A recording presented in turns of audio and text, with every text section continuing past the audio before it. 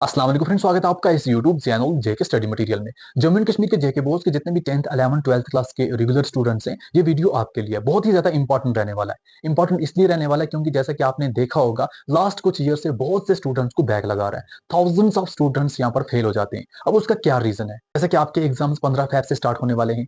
अब वो गलतियां आप ना करो। पूरी गलतियों को मैं डिटेल में डिस्कस करूंगा एंड उनका सोल्यूशन भी बताऊंगा ताकि आपके रिजल्ट्स अच्छे आए।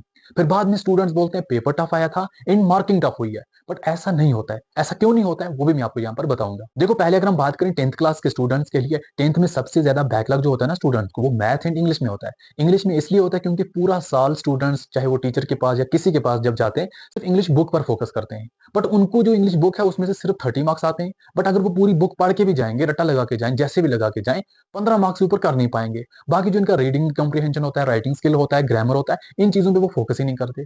तो इस रीजन की वजह से इनको बैक लगा जाता है। मैथ में क्या करते हैं, इनको समझ नहीं आते यहाँ पर टॉपिक्स फॉर्मूले वगैरह, फिर वो रट्टा लगाते हैं और रट्टा वो फेल हो जाता है क्योंकि एग्जाम से रट्टे चलते नहीं है। ये कितने स्टेप्स मैथ के याद करके जाओगे, यहाँ पे ये आएगा, यहाँ पे ये आएगा, ये चीजें नहीं चलती। तो मैथ और जो आपकी इंग्लिश है, इसमें जो आपकी वीकनेस है वो मेन यही है, क्योंकि आप इन पे ज्यादा फोकस नहीं करते।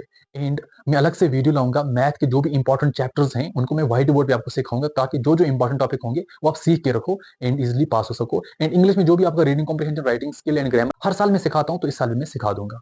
एंड अगर हम बात करें जो 11th क्लास के एंड 12th क्लास के स्टूडेंट्स हैं, इनको ज्यादातर जो टफ सब्जेक्ट्स होते हैं, जैसे मेडिकल में फिजिक्स केमिस्ट्री हो गया, मैथ हो गया, एंड आर्ट्स वाले स्टूडेंट्स भी ज्यादातर जिनमें बैक लगाता है वो हिस्ट्री एंड पॉलिटिकल बनता है। एंड जो कॉमर्स के स्टूडेंट्स हैं, अकाउंटेंसी में ज्यादातर बैक लगा जाता है स्टूडेंट्स को। अब इनका क्या रीजन है? तो देखो, इनके जो मेन रीजन होते हैं ना स्टूडेंट्स के, ज्यादातर रीजन ये रहते हैं, स्टूडेंट्स अपने इंटरेस्ट के हिसाब से सब्जेक्ट चूज नहीं करते।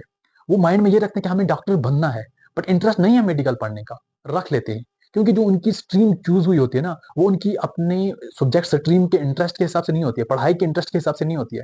उसमें क्या होता है, 10th में अच्छे मार्क्स आए, चलो जी मेडिकल रख लिया। फ्रेंड ने मेडिकल रखा है, चलो मैंने भी मेडिकल रख लिया। घर वाले बोल रहे हैं डॉक्टर बनना है, चलो मेडिकल रख लिया। खुद इंटरेस्ट है डॉक्टर बनने का, बट पढ़ाई का शौक नहीं है, चलो जी मेडिकल रख लिया। मेरी गर्लफ्रेंड ने, मेरे बॉयफ्रेंड ने मेडिकल रखा है, हम अगर एक ही क्लास में रहेंगे तो मैं भी मेडिकल रख लूं। बहुत से स्टूडेंट्स क्या करते हैं, हाय 10th तक हम घर में बैठ बैठ के थक गए, हमें फ्रीडम चाहिए, फिर वो मेडिकल रखते हैं ताकि घर वाले हमें कहीं छोड़ें, जैसा कि किसी कोचिंग सेंटर में छोड़ें, फिर हम रेंट पे रहें, हम हॉस्टल पे रहें, इंजॉय कर सकें। इस रीजन की वजह से मेडिकल रखते हैं। सिर्फ 10% ऐसे स्टूडेंट्स होते हैं जिनको इंटरेस्ट होता है खुद का भी, कि हाँ मैं मेहनत कर लूंगा, मैं पर डे अगर 6 घंटे भी पढ़ने पड़े मैं पढ़ूंगा, ये चीज मुझे समझ आ जाएगी, ये मेरे लेवल की यहाँ पर सब्जेक्ट है, ये मेरे लेवल का, ये मेरे इंटरेस्ट का सब्जेक्ट है। तो वो स्टूडेंट्स फिर आगे एग्जाम क्रैक करते हैं।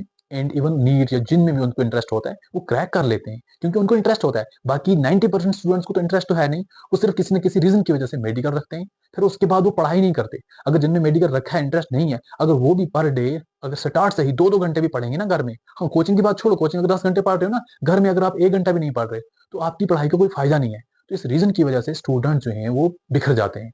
फिर यहाँ पर क्या होता है, स्टूडेंट्स को जो टफ सब्जेक्ट्स होते हैं वो बोलते हैं इन टफ सब्जेक्ट्स को चलो जी कल से पढ़ेंगे, कल से पढ़ेंगे। ऐसा करते करते डेट शीट आ जाती है। फिर स्टूडेंट्स क्या करते हैं, चलो जी 1 महीना रह गया, अब भी कल से पढ़ेंगे। फिर ढूंढते चलो जी हमें इनके इंपॉर्टेंट क्वेश्चंस मिल जाएं। फिर जब इंपॉर्टेंट क्वेश्चन मिलते हैं, कभी कहीं व्हाट्सएप ग्रुप से, कहीं व्हाट्सएप ग्रुप से, फिर वो पढ़ते हैं, बाद में वो एग्जाम में आते नहीं है। फिर बोलते हैं उसने गलत इंपॉर्टेंट क्वेश्चन प्रोवाइड किया, उसने गलत इंपॉर्टेंट क्वेश्चन प्रोवाइड किया। यार एग्जाम पास करना इतना आसान है, इतना आसान है, कोई कहने की बात नहीं। क्यों मैं ऐसी चीज बोल रहा हूँ? देखो, जो मेडिकल के स्टूडेंट्स हैं, मैंने प्रीवियस ईयर 11th और 12th के 50+ आंसर शीट की जेरोक्स जो है वो मैंने चेक किया खुद। जब स्टूडेंट्स जेरोक्स के लिए अप्लाई करते हैं, मुझे भी फॉरवर्ड करते हैं कि हमारा थोड़ा आंसर शीट देखो।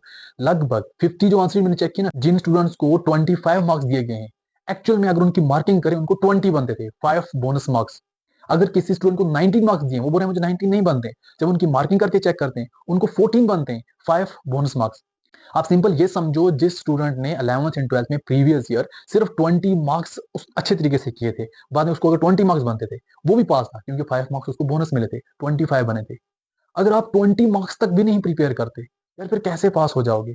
अगर आप ये बोलते हो पेपर टफ आता है, मार्किंग टफ होती है, थाउजेंड ऑफ स्टूडेंट्स फेल होते हैं, तो थाउजेंड ऑफ स्टूडेंट ऐसे भी होते हैं जिनको 90%, 95% मार्क्स होते हैं, फिर वो कहां से आ गए? वो स्टूडेंट बोलते हैं पेपर टफ आता है जो पढ़ते ही नहीं है। अब आपको जैसा कि कुछ ही टाइम बचा है, अब आप ये मत सोचना कि 1 मंथ बचेगा पढ़ाई करेंगे। अगर आपको 1 मंथ बचेगा, 1 मंथ के होते हैं 30 डेज। अगर आप 30 डेज को डिस्ट्रीब्यूट करोगे 5 सब्जेक्ट, आपको पर सब्जेक्ट के 6 दिन मिलेंगे। 6 दिन में आप ये सोचते हो कि एग्जाम पास हो जाएगा? पॉसिबल नहीं है ना। आप इन सिंपल शॉर्ट ट्रिक भी यूज कर सकते हो, जैसा कि जो सब्जेक्ट आपका ज्यादा टफ लगता है। एग्जांपल के तौर पे जो भी 11th या 12th क्लास के स्टूडेंट्स, उनको लग रहा है केमिस्ट्री मेरी सबसे ज्यादा टफ है। आप ये मुझे कमेंट करके बताओ, अगर आपको केमिस्ट्री टफ थी, क्या आपने 1 मार्क्स भी पढ़ा है? आपने नहीं पढ़ा है। आपको अगर बायो आसान लगती थी ना, आपने बायो पे ही फोकस किया है। अगर आपको जो चीज टफ लगती है उस पर आप फोकस नहीं करते हो। आप एक सिंपल सिस्टम करो आज के बाद। आप हर सब्जेक्ट को बराबर लेके जाओ। आप ये देखो, अगर मेरे आज तक फिजिक्स में 10 मार्क्स कंप्लीट हुए, तो चलो जी मैं केमिस्ट्री के भी 10 मार्क्स कंप्लीट करूं, चाहे मैं रट्टा लगाऊं चाहे जो भी लगाऊं। दो सब्जेक्ट्स आपको ज्यादा टफ लगते हैं, अब गलती से आपने कोई भी सब्जेक्ट चूज कर दिए हैं, अब आपको वो टफ लग रहे हैं, पढ़ाई नहीं हो रही है। आप एक काम करो, अपना सिलेबस उठाओ। सिलेबस में देखो, हाँ ये सब्जेक्ट मेरा टफ है, इसमें से थोड़ा थोड़ा आसान आसान यूनिट्स को टिक करो। चलो जी ये यूनिट थोड़ा बहुत आसान है, ये यूनिट थोड़ा बहुत आसान है, ये यूनिट थोड़ा बहुत आसान है। जो यूनिट्स आपको ईजी लगते हैं उन यूनिट्स को आप टिक करो एंड पिक करो। फिर उसके बाद इन यूनिट्स के देखो कितने मार्क्स बनते हैं टोटल। अगर इन यूनिट्स के आपको टोटल टोटल आउट ऑफ 70 में से 40 मार्क्स भी बनते हैं ना, आपके लिए इतना भी बहुत है। आप उन 40 मार्क्स पर फोकस करो। लास्ट 10 ईयर के क्वेश्चन पेपर देखो, इनमें से कैसे कैसे क्वेश्चन पूछे गए हैं, उन क्वेश्चन को प्रिपेयर करो। एंड जैसे वो क्वेश्चन पूछे गए हैं उनके सिमिलर क्वेश्चन को भी प्रिपेयर करो, तब भी आप इजिली पास हो जाओगे। बट आप पास क्यों नहीं होते? क्योंकि माइंड में ये है, ये टफ सब्जेक्ट है, कल से पढ़ेंगे, ये टफ सब्जेक्ट, इसके इंपॉर्टेंट क्वेश्चन मिल जाएंगे, ये टफ सब्जेक्ट है, सर से पूछ लेंगे कैसे कैसे कौन कौन से क्वेश्चन। लास्ट के 2 दिन में 10 क्वेश्चन पढ़ेंगे, एग्जाम दे देंगे, हो जाएंगे पास। यार ऐसे पास नहीं होते। आज से मेहनत करो, ताकि जो इस साल का रिजल्ट है वो सबसे बेहतर हो, टॉप क्लास रिजल्ट हो, ताकि बाद में सुनने में ये आए कि 90% प्लस जो रिजल्ट रहा है वो 2024-2025 सेशन का रहा है। आई होप आपको मेरी बातें समझ आई होंगी। इसी हिसाब से अगर फोकस करोगे, इंशाल्लाह आप जरूर पास हो जाओगे।